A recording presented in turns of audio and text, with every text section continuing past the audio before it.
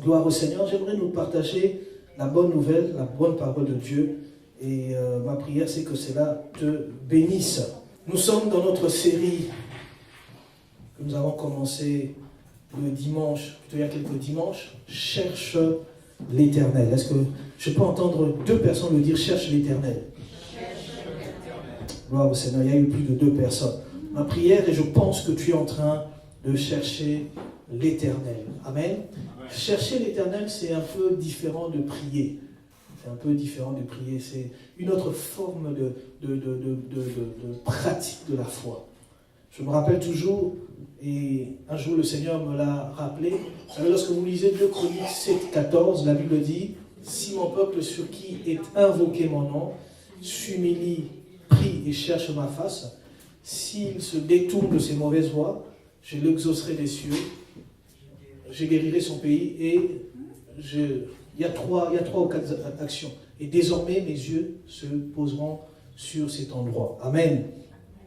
En lisant bien ce texte que nous connaissons bien, que nous chérissons, vous allez voir qu'il y a 3 étapes ou 4 étapes. Il dit, si mon peuple sur qui est invoqué mon nom s'humilie. Autrement, il y a le fait de s'humilier, qui est une marque de la foi, un style de vie chrétienne. Amen. S'humilier devant Dieu. Deuxièmement, il dit, s'il prie. Donc, s'humilier et prier, ce n'est pas la même chose. Et puis il rajoute, s'il cherche ma face. Alors, s'il rajoute, s'il cherche ma face, autrement, chercher la face de Dieu et prier, ce n'est pas vraiment la même chose. Et puis il rajoute, s'il se détourne de ses mauvaises voies, je l'exaucerai des cieux, je guérirai son pays, et ainsi de suite. Amen. Alléluia. Amen. Donc, prier est une chose, est une bonne chose. Chercher la face de Dieu est une autre chose aussi. Un jour, et j'aime vous le raconter, parce que c'était une expérience que j'ai eue, priant un jour dans ma chambre, on habitait avec des frères à Etterbeek, et une fois j'étais dans la prière, pendant un temps j'ai eu le besoin de prier, d'être devant la face de Dieu. Je me suis présent devant Dieu, je priais. Je chantais, je priais. Je ne sais pas si il vous arrive aussi de chanter en priant. Amen, je vous encourage. Il faut chanter en priant. Alléluia, c'est dans la Bible. C'est dans la Bible. Amen. C'est dans la Bible parce que ça te connecte à la présence de Dieu. C'est pourquoi il y a un grand livre dans la Bible appelé les psaumes. Comment dire, chanter est une manière d'exprimer, en fait, ouvre notre âme et nous connecte à Dieu. Alléluia. C'est pourquoi nous, chrétiens, nous avons nos chants à nous, nos cantiques à nous. Amen. C'est pourquoi nous, chrétiens, quand nous commençons à grandir, à chercher Dieu, il y a des chansons que nous n'arrivons plus à écouter. Pas parce que le pasteur a dit de ne pas les écouter, mais parce que notre cœur commence à être rempli des psaumes. Et en plus, il y en a 150. Donc, tu as le temps d'être rempli de cela. Le 31 décembre, comme c'était le dernier jour de l'année, notre superviseur met une chanson, on dit, on va mettre la musique pour égayer un peu. Ils ont mis tous les slow, les R&B, tout ça. Et tous étaient, ça me rappelle telle fille, ça me rappelle. Ils sont revenus dans leurs aventures. Et je faisais un effort pour me rappeler, je trouvais pas. Mais ce sont les psaumes qui montaient, alléluia. Quand tu pries là, alors je priais, je racontais, je priais, je chantais. Le temps est passé. À un moment, mon frère est monté, j'habitais avec un autre frère, et on était à plusieurs frères. Donc il y avait un frère qui était au salon, moi j'étais dans une autre pièce, et mon frère est entré, il demande où est Fabrice. Et celui qui était dans l'autre pièce, je l'entends dire, il est en train de prier. Et à ce moment-là, une révélation est venue dans mon cœur. Tu n'es pas en train de prier, mais tu es en train de chercher la face de Dieu. En réalité, dans tout ce que j'étais en train de faire, pendant 1 heure, je ne sais pas combien de temps que j'ai passé là, à aucun moment j'avais demandé quelque chose. Mais je voulais simplement plus de Dieu. Et finalement, ces genres de moments sont des moments où tu ne sais même pas t'arrêter. Et je me suis arrêté, je suis descendu. Et j'ai compris la différence ce jour-là entre prier et chercher la face de Dieu. C'est que nous sommes en train de dire, et cette leçon que nous avons commencée, l'objectif c'est que plusieurs parmi nous commencent à chercher, en tout cas tous, à chercher la face de Dieu, à chercher l'Éternel. Et c'est une grande bénédiction. Car si tu ne cherches pas l'Éternel, tu seras comme un païen qui dépense simplement de petites bénédictions, mais qui n'a pas la révélation de Christ. Pierre disait, un jour, Jésus leur demande, mais pourquoi vous ne m'avez pas abandonné? Et Pierre dit, nous allons, où irions-nous? Tu as les paroles de la vie. Si nous allons vers Dieu, ce n'est pas seulement pour qu'il nous donne les biens matériels, le succès, la réussite, mais pour qu'il nous donne ce que nous ne pouvons pas trouver dans le monde, lui-même. Amen. Si tu viens à l'église dimanche après dimanche, en réalité, ce n'est pas pour écouter un pasteur ou avoir, je ne sais pas, une certaine expérience, mais c'est pour avoir, plutôt, s'approcher encore de lui. Car la Bible dit, approchez-vous de Dieu, il s'approchera de vous. Amen. Et nous avons besoin de rechercher ce Dieu-là, de connaître ce Dieu-là. Et si tu as cherché Dieu, il y a beaucoup d'enseignements, et je vais essayer de donner tout ce que le Seigneur me mettra à cœur. Et vous allez voir, par exemple, que quelqu'un qui a cherché Dieu il y a 10 ans, s'il ne le cherche pas en 2019, il a des sérieux soucis. En fait, chercher Dieu est un mystère parce que tu sors de là avec quelque chose, mais pour un temps. Et à aucun moment tu pourras le braver, le brandir comme un trophée. Parce que c'est spirituel. Il faut encore chercher Dieu. Amen. C'est ainsi que nous rencontrons des gens dont on pourra dire, ils ont cherché Dieu dans leur vie, mais ils ne cherchent plus Dieu. Est-ce que cela pourrait être dit de toi? Chercheras-tu Dieu? Ou en tout cas, si tu l'as déjà cherché, est-ce que tu es encore prêt à le chercher de nouveau en 2019? C'est ainsi que nous avons commencé cet enseignement en disant, nous voulons parler du pourquoi chercher Dieu. 3 questions simplement qui vont nous diriger, nous conduire dans cet enseignement. Pourquoi chercher Dieu? Comment chercher Dieu? Quand chercher Dieu? Et nous serons même étonnés que nous ne cherchons pas Dieu à tout moment. C'est ainsi que l'erreur que nous pouvons faire, nous, en tant qu'enfants de Dieu, c'est de chercher Dieu quand il est trop tard. Amen. Ou de chercher Dieu quand ça ne va plus. Parce qu'il y a un temps où Dieu te permet de le chercher. Un pasteur un jour m'a dit, il m'appelle, il me dit, voilà la fille, l'enfant pour qui j'étais en train de prier vient de décéder. Quand on m'a appelé ce matin, il était entre la vie et la mort, parce que l'enfant était souvent malade, j'ai beaucoup prié. J'ai prié. J'ai pleuré. Et l'enfant est décédé. Qu'est-ce que je veux dire par là? Le Seigneur n'ignore pas les prières. Mais bien souvent, on risque de prier quand ce n'est pas le moment de prier. Tu risques de beaucoup chercher Dieu, mais c'est trop tard. Alléluia. Par exemple, on dit souvent aux célibataires, en tout cas, Amen. Est-ce qu'il y a un célibataire qui peut dire Alléluia? Pas les mariés. Alors, je disais ceci, on dit souvent aux célibataires, le jour où tu seras marié, tu auras moins de temps de prier. En fait, le mot prier, il y a encore une erreur. Ce sera dire, tu auras moins de temps de chercher Dieu. Amen. Parce que prier, tu devras toujours prier, demander quelque chose à Dieu. En fait, la prière, c'est demander. Mais chercher Dieu, c'est rester dans la présence de Dieu. Et vous allez voir que, par exemple, quand tu as, tu es marié, il y a des contraintes. Il y a les réalités du couple. Il y a les réalités des enfants. Tu ne peux pas vivre comme bon te semble. À un moment, tu ne pourras pas toujours être en jeûne et prière. Les enfants doivent aussi voir papa manger. Alléluia. Tu ne peux pas tout le temps être à genoux. Les enfants aussi doivent être sur tes genoux. Donc tu dois avoir une communion avec eux. Tu ne peux plus, te permettre certaines choses. Mais quand on a certaines facilités, il faut se permettre. Quand on est étudiant et qu'on n'a pas encore un travail, cherche l'Éternel. Alléluia. J'aimerais dire aussi autre chose. Quand tu n'as pas encore beaucoup de crédits, cherche beaucoup Dieu. Les crédits, les dettes sont les canalisateurs des soucis. Et ces choses-là, nous le verrons, découragent dans la recherche de l'Éternel. Amen. Vous allez voir que quelqu'un qui a beaucoup de peine de cœur a du mal à prier. En tout cas, à chercher Dieu. Et quand bien même il prie, ses prières ne sont pas de recherche de Dieu. Il émet des gémissements. Mais il ne sait pas rester en train de chercher à découvrir la gloire de Dieu. C'est ainsi que, avant d'avoir certains soucis, ou d'ouvrir certaines portes à ne pas ouvrir, cherche l'Éternel. Gloire à Dieu, quand bien même on entre dans ces soucis, le Saint-Esprit nous aide à revenir, à commencer à chercher l'Éternel. Donc nous avons beaucoup de choses à dire là-dessus, parce que par exemple aujourd'hui les chrétiens, on ne parlera pas d'autres églises, les gens ne cherchent pas l'Éternel, ou ils ne savent plus comment le faire, ou ils le font, mais ils le font mal. C'est ainsi que nous devons savoir comment le faire. Amen. Je vous dirais par exemple, que si dans ta famille, il y a très peu de conversion, cherche l'Éternel pour ta famille. Amen. Ne sois pas là en train d'exalter la dureté du cœur de ma famille. Ils sont durs. Hein? Eux, ils n'aiment pas les choses de Dieu. Hein? Eux, là, la prière, même les cafés chrétiens, ils ne viendront pas. Cherche l'Éternel. Amen. Quand dans ta famille, il y a des périodes où il y a des maladies que les gens commencent à tomber malades, cherche l'Éternel.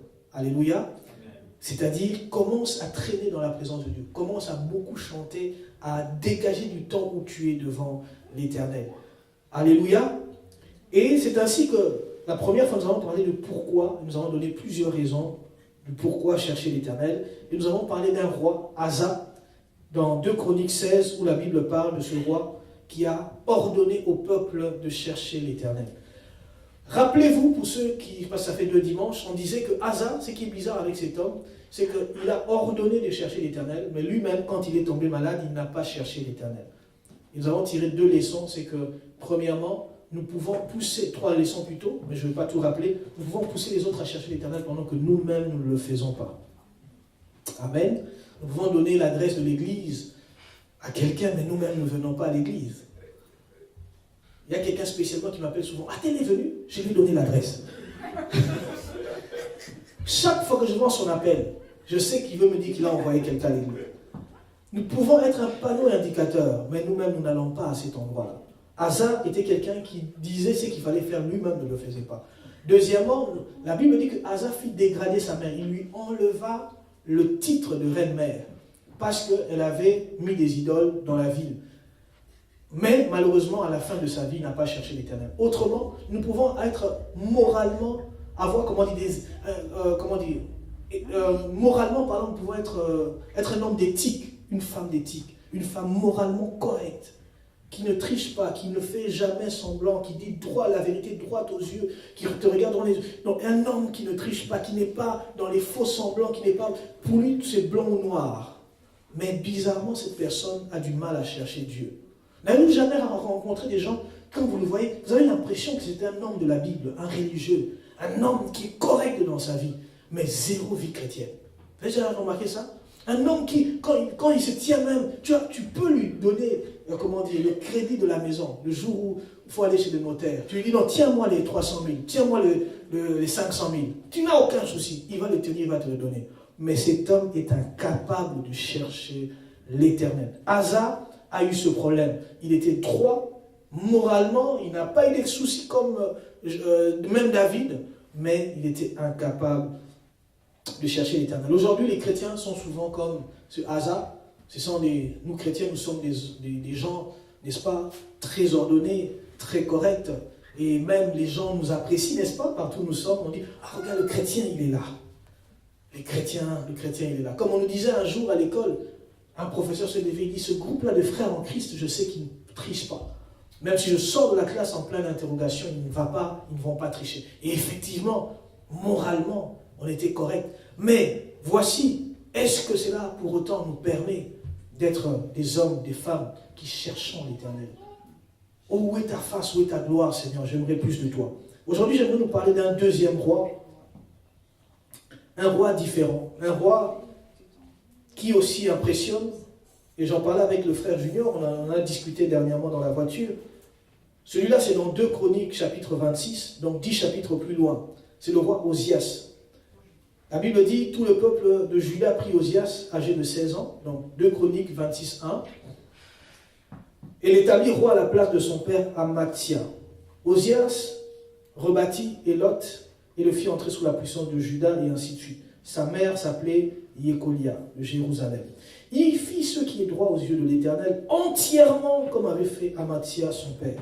Il s'appliqua à chercher Dieu pendant la vie de Zacharie, qui avait l'intelligence des visions. Et dans le temps où il rechercha l'Éternel, Dieu le fit prospérer. Je veux reprendre ça pour si ça a échappé à quelqu'un. Il s'appliqua à chercher Dieu pendant la vie de Zacharie. Il s'appliqua.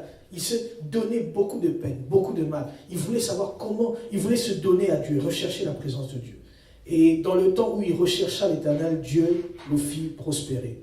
Nous passons au verset 15, la Bible dit, Il fit faire à Jérusalem des machines inventées par un ingénieur et destinées à être placées sur les tours et sur les angles pour lancer des flèches et des grosses pierres. Sa renommée s'étendit au loin, car il fut merveilleusement soutenu jusqu'à ce qu'il devint puissant. Est-ce qu'on peut dire Amen? Écoutez le verset 16. Mais lorsqu'il fut puissant, son cœur s'éleva pour le perdre. Il pécha alors contre l'Éternel son Dieu. Il entra dans le temple de l'Éternel pour brûler des parfums sur l'autel des parfums. Je m'arrête à ces mais. Je m'arrête à cette contradiction dans l'histoire de cet homme. Quand il fut puissant, son cœur s'éleva. Mais quand il fut puissant, mon frère, ma soeur, la question c'est, finalement le jour où tu arrives à destination, où tu obtiens la bénédiction que tu voulais, les grâces recherchées, l'accomplissement des prophéties tant attendues, n'y aura-t-il pas un mais dans ta vie?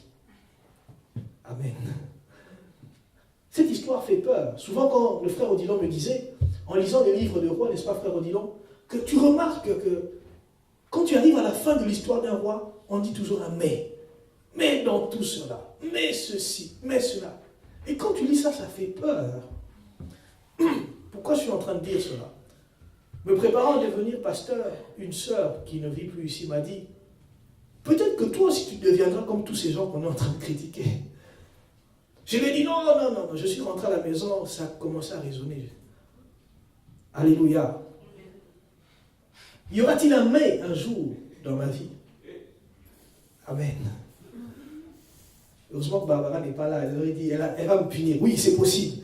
Mais le problème, c'est que nous, enfants de Dieu, quand on devient puissant, quand on devient béni, quand on a tout ce qu'on a toujours voulu avoir, il est possible qu'il y ait un mais qui sonne le glas ou qui indique le début de la fin, la courbe descendante, en montée, mais finalement il y a un mais, on commence à descendre.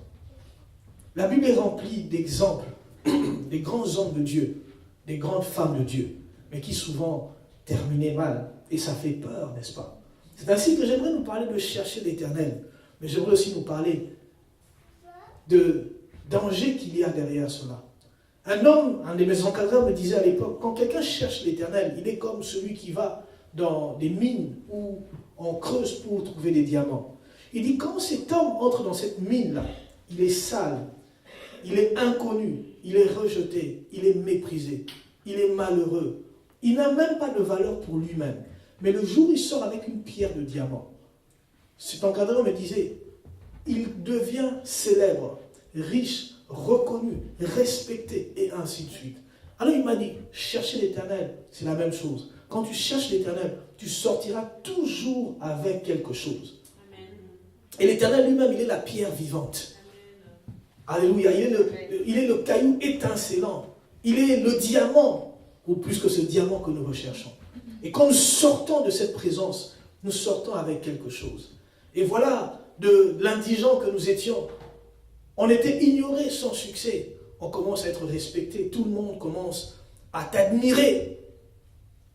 Les mêmes sœurs qui te trouvaient laid te trouvent extrêmement brillant et beau. Amen. Tout le monde cherche le selfie.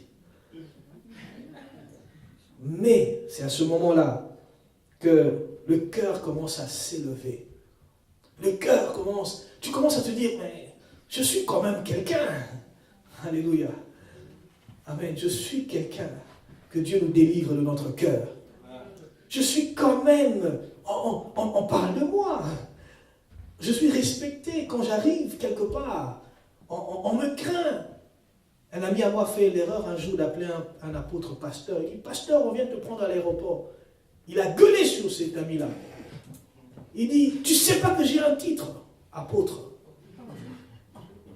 Quand son cœur s'éleva pour le perdre, quand il devint puissant, quand toutes les portes s'ouvrent, les portes qui sont fermées, quand les adversaires deviennent des amis, quand toutes ces choses arrivent, est-ce que ton cœur ne s'élèvera-t-il pas pour te perdre? Je vois un peu ce débat, excusez-moi, permettez-moi d'en parler. ça a animé les réseaux sociaux, la toile, de ces pasteurs qui a essayé de ressusciter un vivant.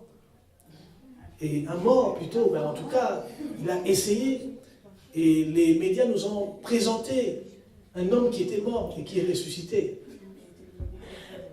Alors je me suis posé la question, plutôt un pasteur qui vient de l'Afrique du Sud m'a dit, mais cet homme est déjà riche, il a déjà tout ce qu'il veut, pourquoi il est allé encore faire ce scénario-là? La Bible dit, quand tu devins puissant, c'est ton cœur qui s'élève contre toi. Alors quand j'ai regardé les images, j'ai dit, mais ce pasteur n'avait pas besoin de ça. Déjà, ce jour-là, il avait au moins fait lever une dizaine des paralytiques. Malheureusement, ils ont amené ce mort vivant qui étouffé dans son cercueil et qui a essayé de se ressusciter. J'avais de la peine quand je voyais ce ex-cadavre ne pas reconnaître ce monde. Il ne reconnaît pas, il dit, je suis où? Au lieu de s'étonner du ciel, il s'étonne de la terre. J'avais de la peine. Et la Bible dit, son cœur s'éleva. Et il faut voir tous les débats qu'il y a. Un homme de Dieu, un véritable homme de Dieu. J'ai dit, les gens n'aiment plus leur Seigneur. Et les gens n'ont plus peur de déshonorer le nom du Seigneur. Or, la Bible dit qu'on n'a pas besoin d'aider Dieu. Dieu se glorifie lui-même. Alléluia. Et même le père de Gédéon disait, vous n'avez pas à défendre Baal, s'il est Dieu, il se défendra. On n'a pas besoin de créer, de fabriquer un miracle pour que les gens se convertissent ou qu'ils aiment venir à l'église. S'ils ne veulent pas venir à l'église, laisse le Saint-Esprit faire son travail. Alléluia. Mais lorsqu'il fut puissant, son cœur s'éleva.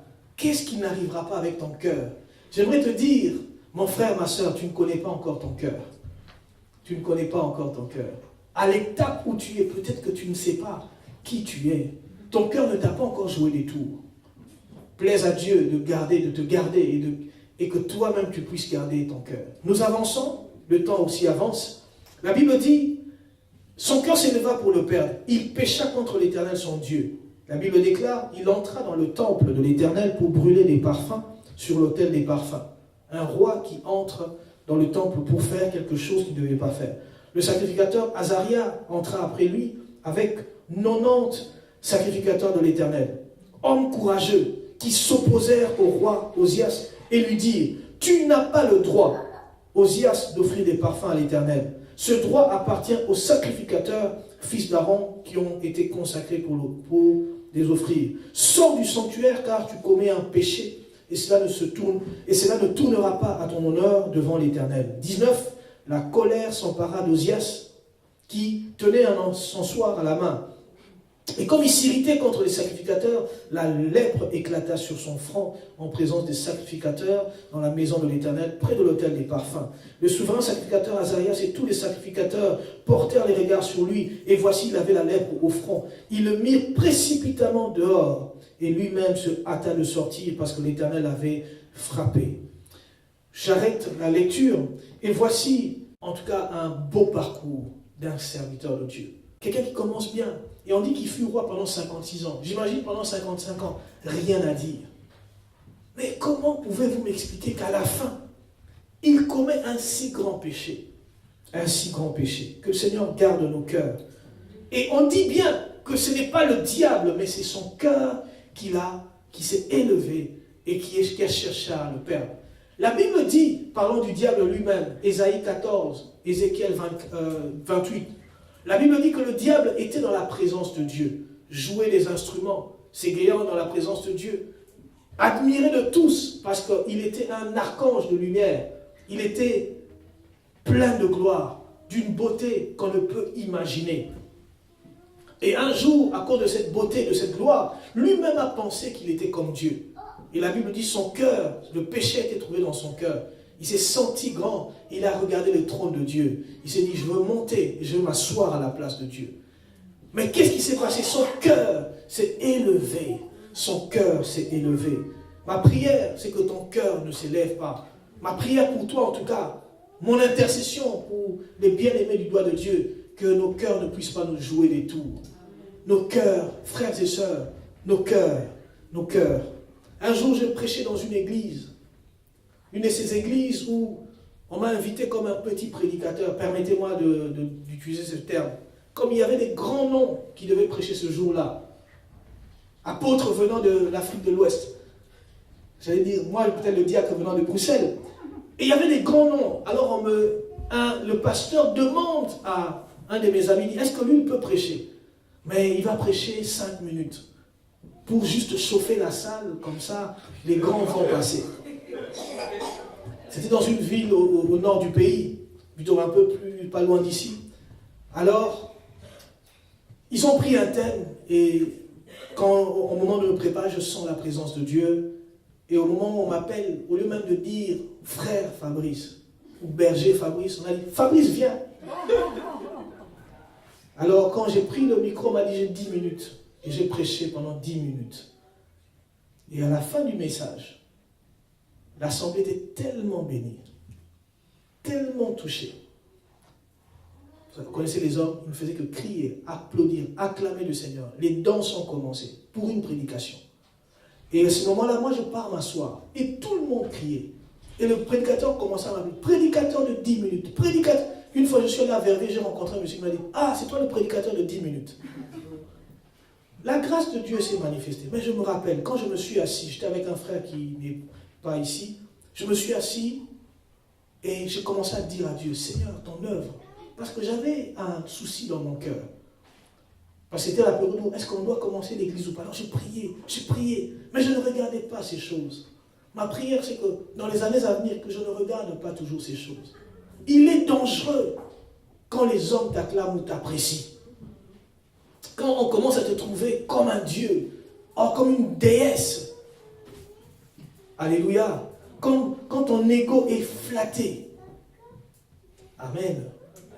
Ça arrive souvent pour les prédicateurs. Tu arrives dans une église, on te dit, dans cette église-là, on donne 6 000 € d'offrande. Il y a une église ici à Bruxelles comme ça.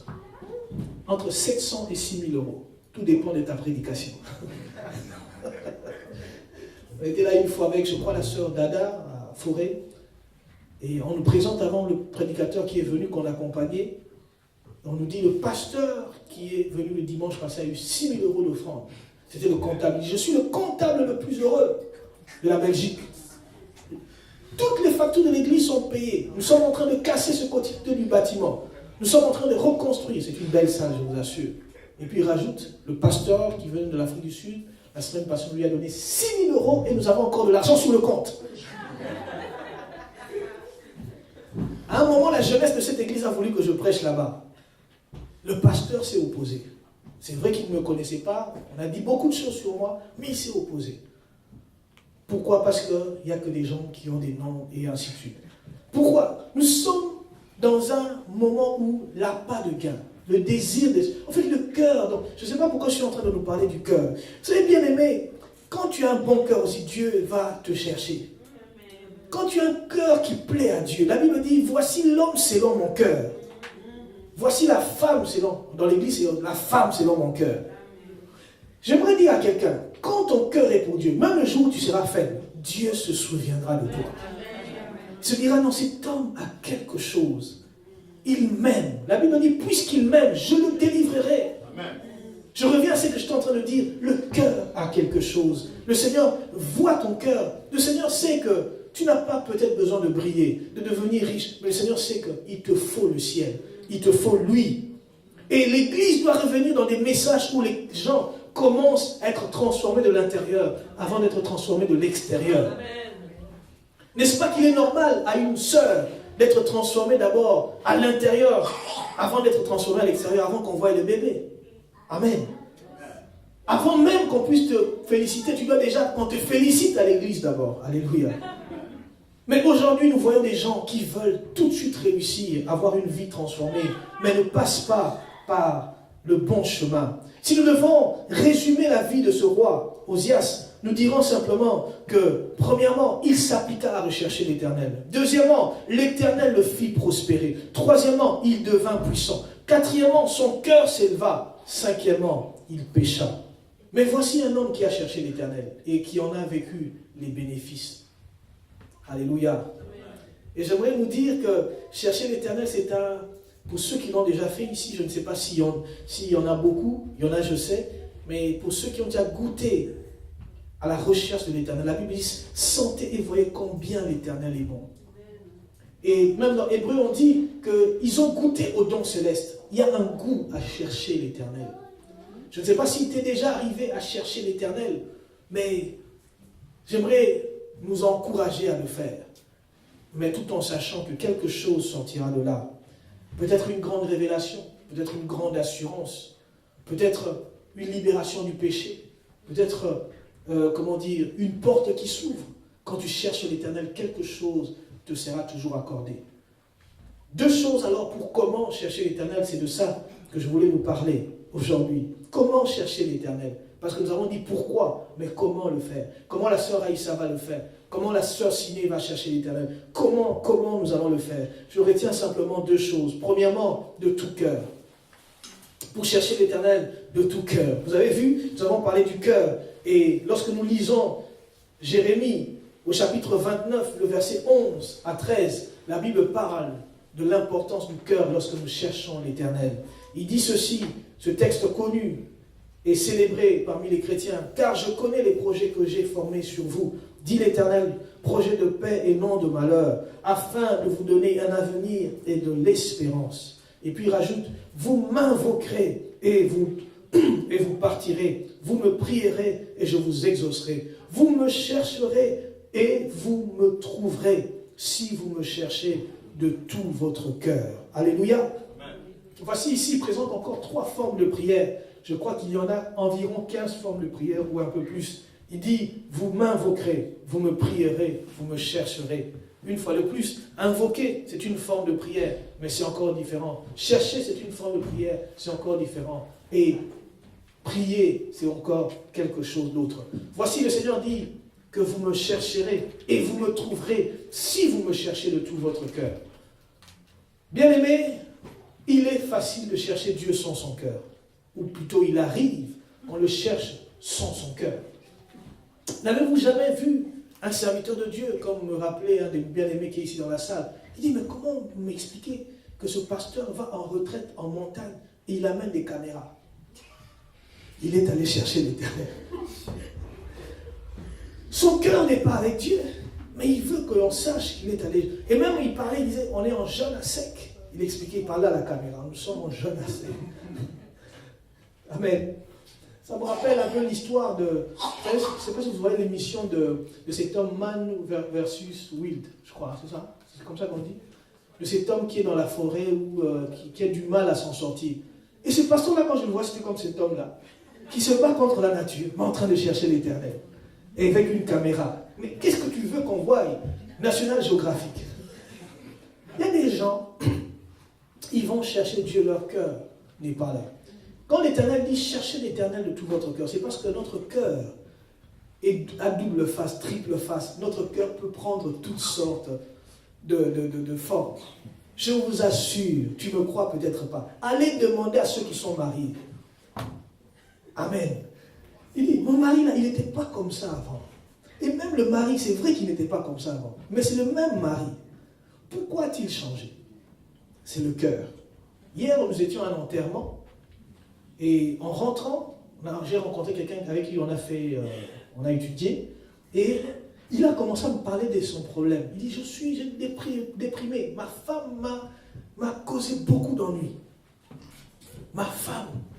Il a commencé à me parler, alors moi je me retourne, il commence à parler à Barbara. Il nous a suivis jusqu'à la salle de fête. Il n'arrêtait pas à parler, il devait déverser tout. Il dit, cette femme-là, regarde ce qu'il m'a fait, regarde ce qu'elle m'a fait, regarde ce qu'elle m'a fait. Et elle voulait... Ma femme, je suis un homme droit, mais je me suis retrouvé en train de tricher pour que ma femme ait une situation. J'ai triché dans tous les sens. Ma femme n'a pas vraiment étudié. Alors, comme on n'avait qu'un seul salaire, elle n'avait pas de chômage, elle devait au moins étudier, avoir un travail, comme ça on a 2 revenus, parce que mon seul revenu ne suffisait pas. Alors je suis allé, elle devait passer le test de aide-soignante. Je suis allé faire l'examen à sa place. Un homme qui entre dans la salle pour faire l'examen à la place. C'est comme excusez-moi de l'exemple, un Africain qui s'est retrouvé un jour dans un bus ici, bus de la STIB. Les contrôleurs entrent, on dit vos pièces d'identité. Il sort la carte d'identité de sa femme. L'abonnement. Et quand il présente l'abonnement, On voit bien que... On voit le nom et dit, mais monsieur, comment ça se fait que vous appelez Gisèle? Il dit, non, non, monsieur, vous avez mal lu, c'est Gisèle.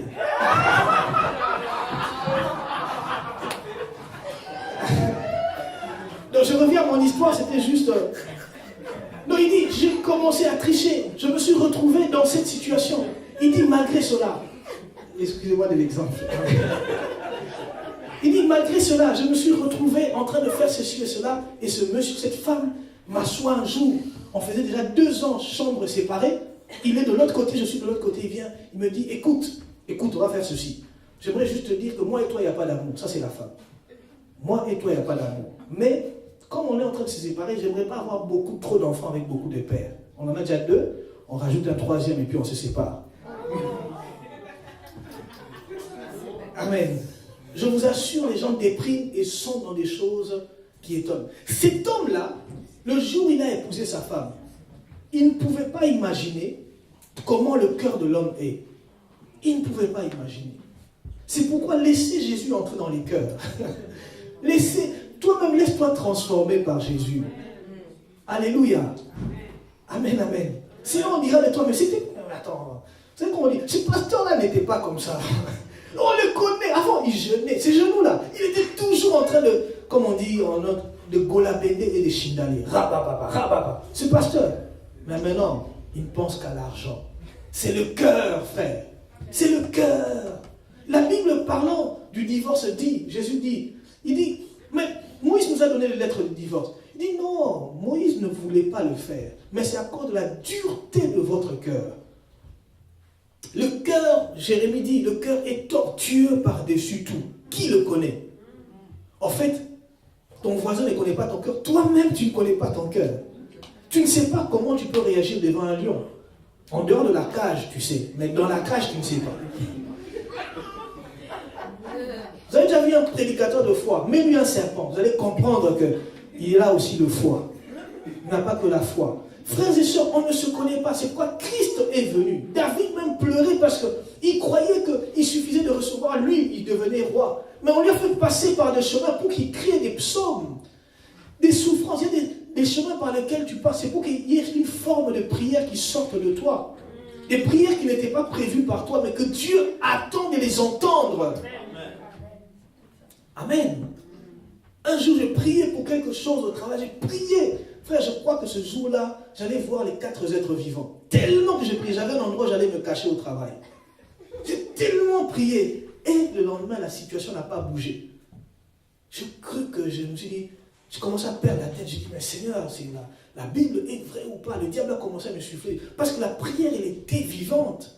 Il y a des moments où tu pries, tu crois vraiment que tu es au ciel. Tu l'es réellement en esprit, mais pas dans la chair. Et le cœur, maintenant, peut nous jouer des tours. On connaît tellement des gens, des grands hommes de Dieu. Je parlerai d'un grand homme de Dieu, dont je ne citerai pas le nom, dont le Seigneur a beaucoup utilisé, plusieurs hommes de Dieu le connaissent. Cet homme de Dieu, un jour, il cherchait tellement Dieu. Il est allé dans une forêt pour prier. Et pendant qu'il priait, la gloire de Dieu était avec lui, il cherchait Dieu, il faisait un jeûne de 40 jours, à sec. Ou 30 jours, je ne me rappelle plus entre les deux. Et pendant qu'il priait, à un moment, il entend une voix lui dire « Maudit cet homme ». Et quand il se retourne, il voit quelqu'un dans la forêt en train de courir, nu, avec une lance pour fendre. Et il est étonné, mais cette voix-là lui dit encore « Maudit cet homme ». Alors il dit « Au nom de Jésus, je te maudis ». Et, comment dire, l'éclair est sorti du ciel, a consumé cette personne, il a été foudroyé, il est tombé mort. Et quand il sort de ce temps de jeûne, il passe dans la ville, il entre dans la ville, il rencontre un homme qui avait une calvitie. Et cet homme demande la prière pour autre chose. Demande la prière. Quand il met la main, il prie pour la personne. En retirant la main, les cheveux ont suivi la main. Il était même délivré de la calvitie. Il entre dans la forêt, plutôt dans la ville, dans le marché, les démons commencent à crier. Et cet homme a commencé à être invité partout. Souvent, il venait en France, ça c'est dans les années 80, avec un jet, un pasteur qu'on faisait inviter. La gloire de Dieu était avec lui. Une grande gloire. J'étais même dans ces réunions, j'étais béni. Une fois, une de ces réunions, tu sentais qu'il y a des gens qui ont cherché Dieu. Il te donnait l'envie d'aller en forêt pour prier, pour prier, pour prier. Et quelques fois que nous sommes allés en forêt ici, avec des bien-aimés, au retour, on nous a arrêtés. J'étais avec mon frère. Je ne sais pas si papa Mousse était là. J'étais avec mon frère, on était un groupe épouse. C'était la première fois qu'on m'arrête parce que je n'avais pas d'abonnement. En fait, là, on s'est dit, on prend le tram ici à Montgomery, jusque dans la forêt de Tervuren. Vous voyez la forêt là?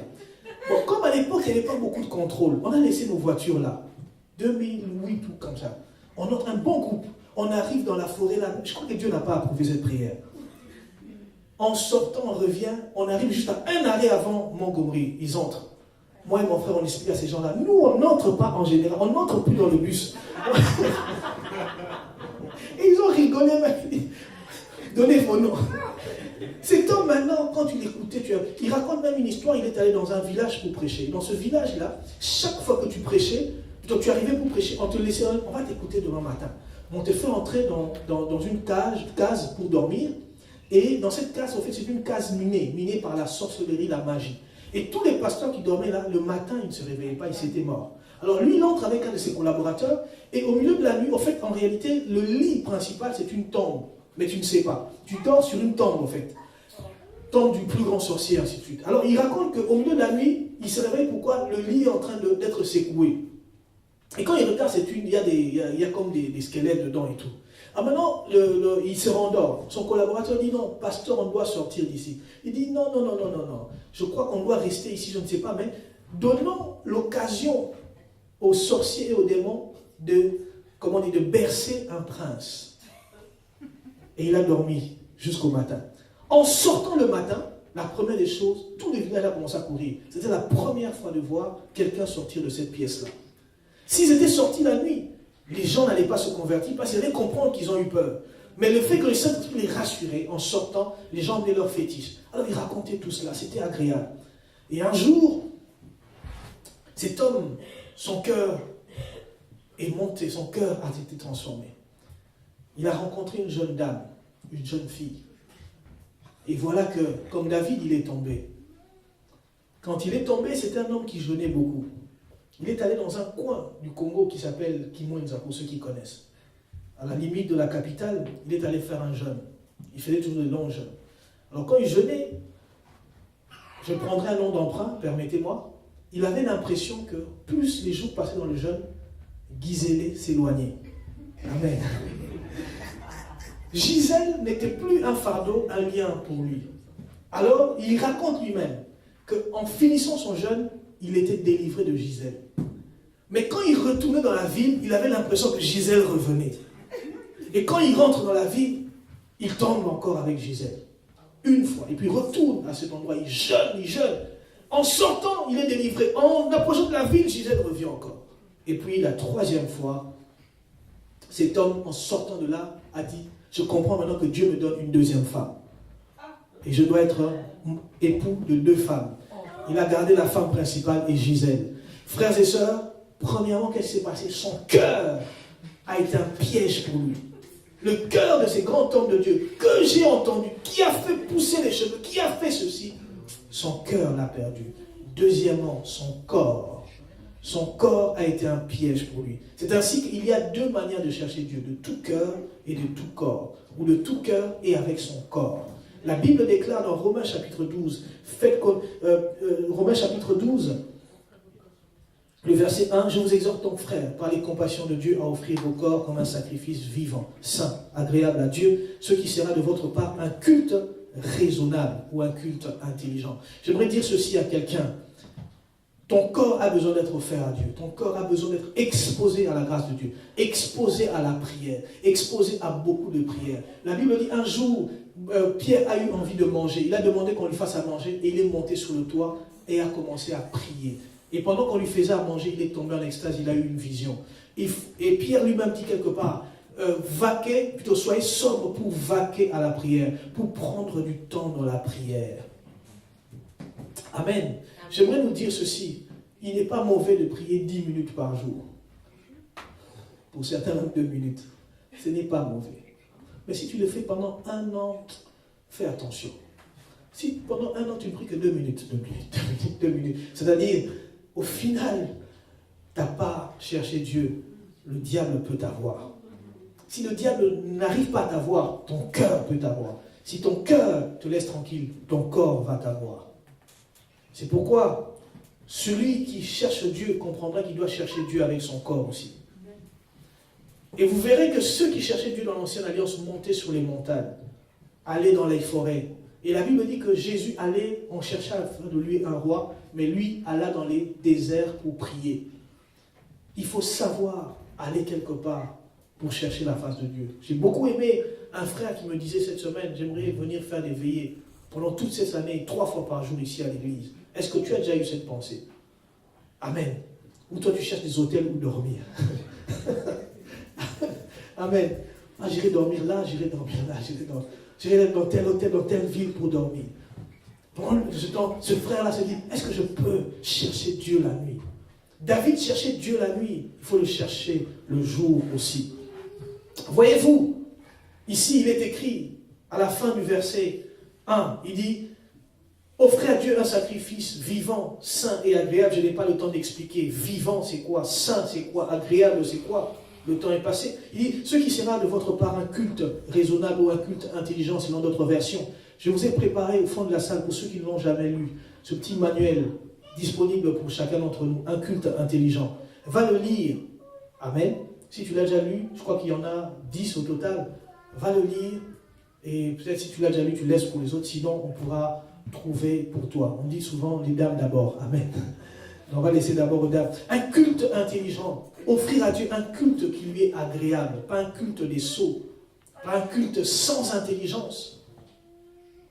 Combien, souvent, nous voyons comment les gens se donnent à Dieu. Tu comprends que ce n'est pas raisonnable. Ce n'est pas du tout raisonnable. Quand tu te donnes à Dieu en méprisant même ta famille, ce n'est pas raisonnable. Tu es parent, mais tu passes ton temps à l'église, ce n'est pas raisonnable. Lorsque nous aurons notre propre salle, nous aurons cette tentation, n'est-ce pas? Plan 365 que nous allons lancer. Nous aurons cette tentation de passer tout notre temps à l'église, mais soyons raisonnables. Alléluia. Tu es en période de maladie, ne te lance pas dans des jeûnes comme Moïse. Comme me disait un prédicateur, je vais faire un jeûne comme Moïse, sans brosser les dents. Oui, c'est vrai, à l'époque, il n'y avait pas des brosses. Mais sois quand même raisonnable. Alléluia. Les gens veulent aller dans certaines extrémités sans être raisonnables. Savez-vous que Moïse était dans la gloire de Dieu en faisant certains programmes? Mais nous pouvons quand même désirer offrir un culte vivant à Dieu. Il y en a par exemple des gens qui jeûnent. Il dit, moi je suis en jeûne. Et c'est une histoire vraie, un frère m'a dit, comme je ne peux pas jeûner avec vous, mon père va me persécuter, alors je jeûnerai. Quand vous jeûnez, moi je jeûne entre minuit et 6 heures. Entre minuit et 6 heures. Je ne vous dirai pas qui, parce que c'est l'un des prédicateurs qui passe de temps en temps. Si on était à l'école secondaire. Lui, nous on dormait, lui jeûnait. Comment, je ne sais pas. Un culte intelligent. Offre à Dieu déjà ton corps. Offre à Dieu ton temps. Recherche la face de Dieu. Connais ton Dieu, la Bible dit. Qui est Dieu? Dieu doit être au-delà du Dieu de ta soeur, de ton frère, de ton pasteur, de ton église. Il doit être ton propre Dieu. Sinon, ton cœur te jouera de tours. Ton corps aussi te jouera de tours. Sinon, tu auras l'impression que tu n'es pas chrétien. Vous savez, il y a de ces péchés-là, tu les commets, toi-même, tu te dis non. Revenons à Dieu quand on sera sur la croix. Quand il va me rester quelques minutes à vivre. Tu te dis non, comment on peut se retrouver là? Comment on peut se retrouver là? Ce sont des choses qui peuvent arriver. J'aimerais le raconter, la femme d'un pasteur, et prier pour que je termine par là. La femme d'un pasteur, malheureusement, était une voleuse professionnelle. Elle cambriolait carrément. Et ce pasteur en a souffert, il en est mort, c'était un de mes responsables. Un jour, en pleine veillée de prière, vous savez, comme ça arrive souvent dans certains pays, ce qui nous épargne de notre maison, c'est une clôture.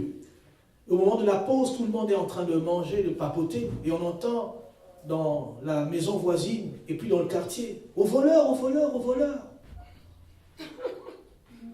Et les gens de l'église, curieux aussi, sortent pour voir quel est ce voleur? Et quand on arrive à attraper le voleur qui ne court pas très vite, malheureusement, on crie cette fois-ci, la voleuse, c'était plus au voleur. Et en essayant de calmer un peu maman pasteur, elle avait pu escalader le mur pour aller voler. Un autre jour, en plein culte, elle a volé les offrandes. Un autre jour, ils entrent dans une maison pour visite pastorale. Et le temps que les visiteurs qui vous reçoivent avec chaleur, ils se disent, ce sont des hommes de Dieu qui sont venus nous voir. La télécommande a disparu dans son sac. Et puis les bijoux qui traînaient ont disparu. Malheureusement, cette fois-là, ils sont tombés dans une famille où la maman elle connaissait ses droits. Elle a dit, on doit vérifier les sacs. Et on a découvert que la télécommande est certaine. Parce que l'enfant réclamait la télé, il veut changer de chaîne, il n'y a plus de télécommande. Et le jour où le pasteur est tombé malade, c'est quand, malheureusement, il est entré chez le voisin. Et je demandais cette précision à un pasteur qui est venu nous prêcher, on était debout ici. Il dit, oui, elle a fait ça. Il est rentré chez le voisin, il a volé. Malheureusement, en sortant, les voisins ont entré dans la maison aussi. Ton corps peut te jouer des tours. C'est pourquoi il faut aimer la prière. C'est pourquoi il faut aimer le jeûne. Amen. Ne jeûne pas tous les 3 ans. Mon ami, alléluia, ne jeûne pas tous les. Essaie de le dire en mars sans que l'église programme. Toi-même, tu as ton plan. Je connais des bien-aimés ici, mais moi j'ai tel programme. Gloire à Dieu, fais-le. Fais-le, parce que ton corps là que tu vois. Amen. Écoutez ce que Paul dit de son corps, ou dit du corps. Je vous ai dit de prier pour qu'on arrête, mais vous ne priez pas. Romains 7. Et nous allons prier. J'ai envie de parler du corps en même temps du cœur. Mais je ne sais pas, peut-être les cœurs d'abord. Que votre cœur soit vraiment à Dieu. Que ton cœur, que mon cœur soit vraiment à Dieu. Que rien ne nous sépare de Jésus-Christ, comme dit la Bible. Quoi? Qu'est-ce qu'il peut nous donner? Qu'est-ce que ce monde peut nous donner? Qu'est-ce que la vie, l'argent, toutes ces choses, qu'est-ce que ça peut nous donner finalement? Cet homme qui déprimait hier au deuil, en parlant même, il était perdu, il a beaucoup de diplômes. Il me dit, la vie est rien, parlant de sa famille. Il regarde là, on termine, il me montre des tombes. Et il voit déjà sa femme là-dedans.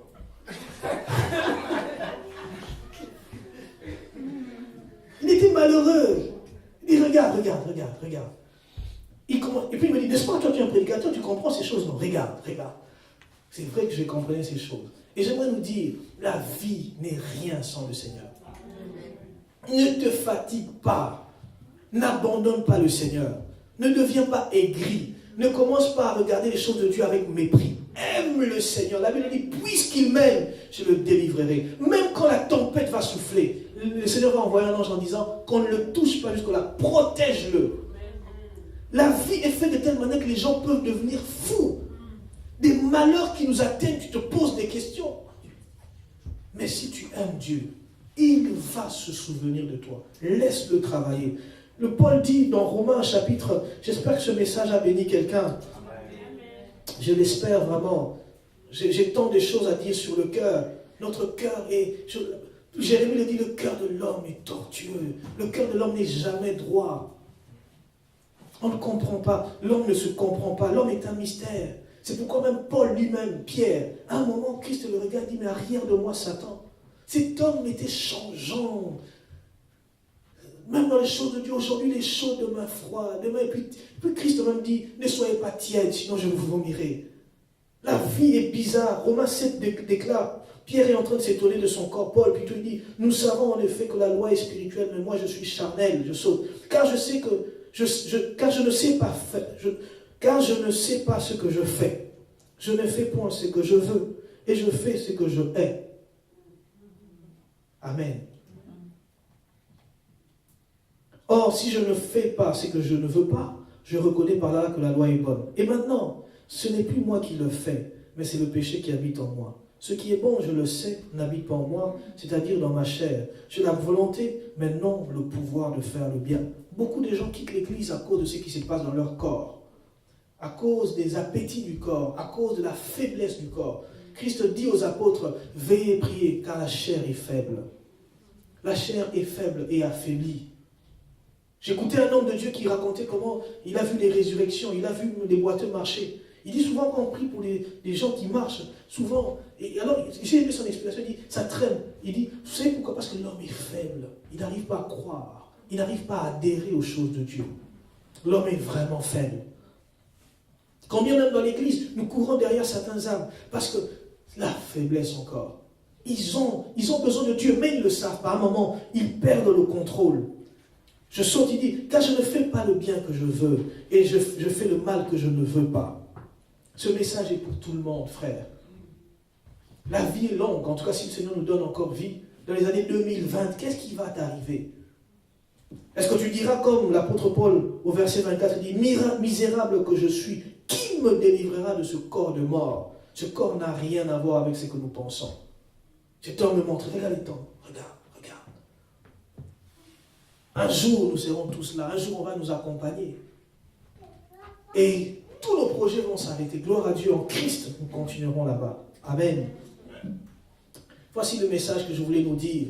Je voulais dire beaucoup de choses, mais en même temps, je me suis dit, mais on va chercher Dieu. Il y a des techniques qu'on peut avoir, jeûne de 3 jours, jeûne de 15 jours, jeûne de ceci, jeûne de cela. Mais j'aimerais simplement dire, hé, ton cœur, mon ami, mon cœur, Seigneur, garde mon cœur plus que tout. Garde-moi de ne pas devenir hautain, de m'élever au-dedans de moi en secret, que je devienne un faux. Garde-nous, garde le doigt de Dieu. Amen. Cette église a beaucoup de prophéties. Est-ce que quand tout cela va s'accomplir, est-ce qu'il y aura un mais? Alléluia. Est-ce qu'il y aura un mais? Est-ce qu'il y aura un mais? Moi, dans l'immense que tu peux commencer à jouer. Que le Seigneur nous garde du mais. Garde du mais. J'allais vraiment nous parler de comment chercher Dieu. Vas-y toi-même, le Seigneur va te guider. Et en conclusion, je dirais que quand tu commences à chercher Dieu, il te donnera certains points. Il m'a donné quelques points qui sont là. Toi aussi, tu peux en avoir tes propres points. Moi, il y en a 6 que j'ai mis là, mais cherche tes propres points. Quand tu vas commencer à chercher, il te dira, pour toi, fais ceci, fais cela. Aujourd'hui, nous allons juste prier en disant, mais, Seigneur, garde-moi du mais. 56 ans durant, cet homme, il n'y avait pas de mais. Mais à la fin, oh, mais c'est pas possible. Une fois, j'ai reçu des appels. Est-ce que tu as vu ce pasteur-là? Ce n'est pas. C'est le mais qui entre dans sa vie. Refusons le mais. Alléluia. Nous allons nous mettre à genoux aujourd'hui pour celui qui peut, ou nous mettre debout. Je ne vais pas donner des injonctions. On va essayer de prendre une position, mais pas assis, s'il vous plaît. On va essayer de, si tu veux, tu marches. Dis, Seigneur, garde-moi du mais. Alléluia. C'est qu'il est méchant.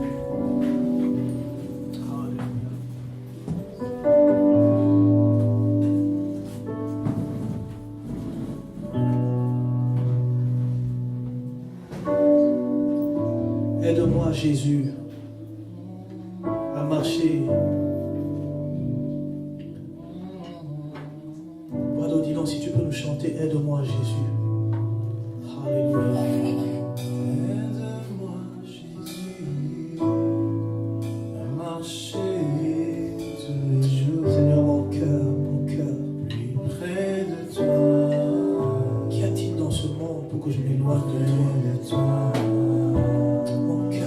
Apprends-moi, Yahweh, à marcher.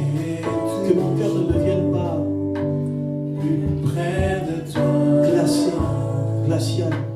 Plus près. Que je ne sois pas un aigri, un méchant, Soutiens-moi, un insensible. Père, à marcher tous les jours. 56 ans après, Près de toi. que je ne devienne pas mauvais, que je ne devienne pas